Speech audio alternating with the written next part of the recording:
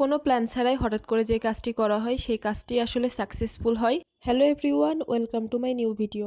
হঠাৎ করে তিনজন একসাথে বাসায় এলাম, কোনো প্ল্যানই ছিল না বাসায় আসার। ভোটের ছুটি যে এত তাড়াতাড়ি দিয়ে দেবে বুঝতেই পারিনি। হঠাৎ করে ভোটের ছুটি দিয়ে দেয় আর টিকিট কাটতে গিয়ে দেখি টিকিট নেই। আমি সচরাচর টুঙ্গিপাড়া অথবা কপোতাক্ষ ট্রেনে চলাফেরা করি, কিন্তু টুঙ্গিপাড়া অথবা কপোতাক্ষ কোনো ট্রেনেই টিকিট না পেয়ে একটু চিন্তায় পড়ে যাই কি করব। ভোটের টাইমে যে ভিড় হবে, একা একা দাঁড়িয়ে থেকে যেতে পারবো না। এরপর আমি আমার মেসমেটের রুমে যাই, গিয়ে দেখি ওরা পদ্মার টিকিট করেছে আর ওরাও আমাকে বলে পদ্মার টিকিট করার জন্য। আমি তো আল্লাহ আল্লাহ করছিলাম পদ্মার টিকিট পাবো কিনা। এমনি নর্মাল দিনে টিকিট পাওয়া যায় না, আর এখন তো ভোটের টাইম, আরোই টিকিট পাওয়া যাবে না।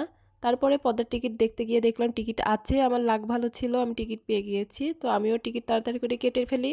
অনেকদিন ছুটি থাকার জন্য আমাদের তিনজনের ব্যাগ হয়েছিল 6টা। ব্যাগগুলো ট্রেনে আনতে গিয়ে তিনজনেরই অবস্থা খারাপ হয়ে যায়। রিক্সায় ওঠার পরে আমাদের টেনশন হচ্ছিল আমরা ট্রেন ফেল করে ফেলি নাকি, তবে আমরা রাইট টাইমে এসে পৌঁছাই। ট্রেনের বগি আমাদের এক হলেও ওদের দুজনের সিট ছিল এক জায়গায় আর আমার সিট ছিল আর এক জায়গায়।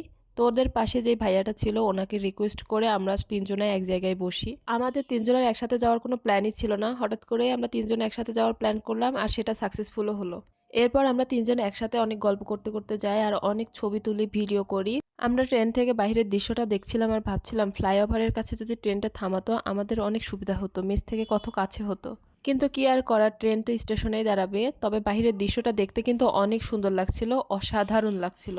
বসে থেকে থেকে আমি আমাদের ভিডিও করছিলাম আর আশেপাশে কে কী করছে সেগুলোও দেখছিলাম। তবে আজকের জার্নিটা কিন্তু অনেক সুন্দর হয়েছে, অনেক এনজয় করেছি সবাই। এরপর থেকে মাঝে মাঝে আমরা একসাথে যাওয়া আসা করবো ইনশাল্লাহ। আর আজকের ভিডিওটা আপনাদের কেমন লাগলো কমেন্ট করে অবশ্যই জানাবেন। আজকের মতন এ পর্যন্তই, আল্লাহ হাফেজ।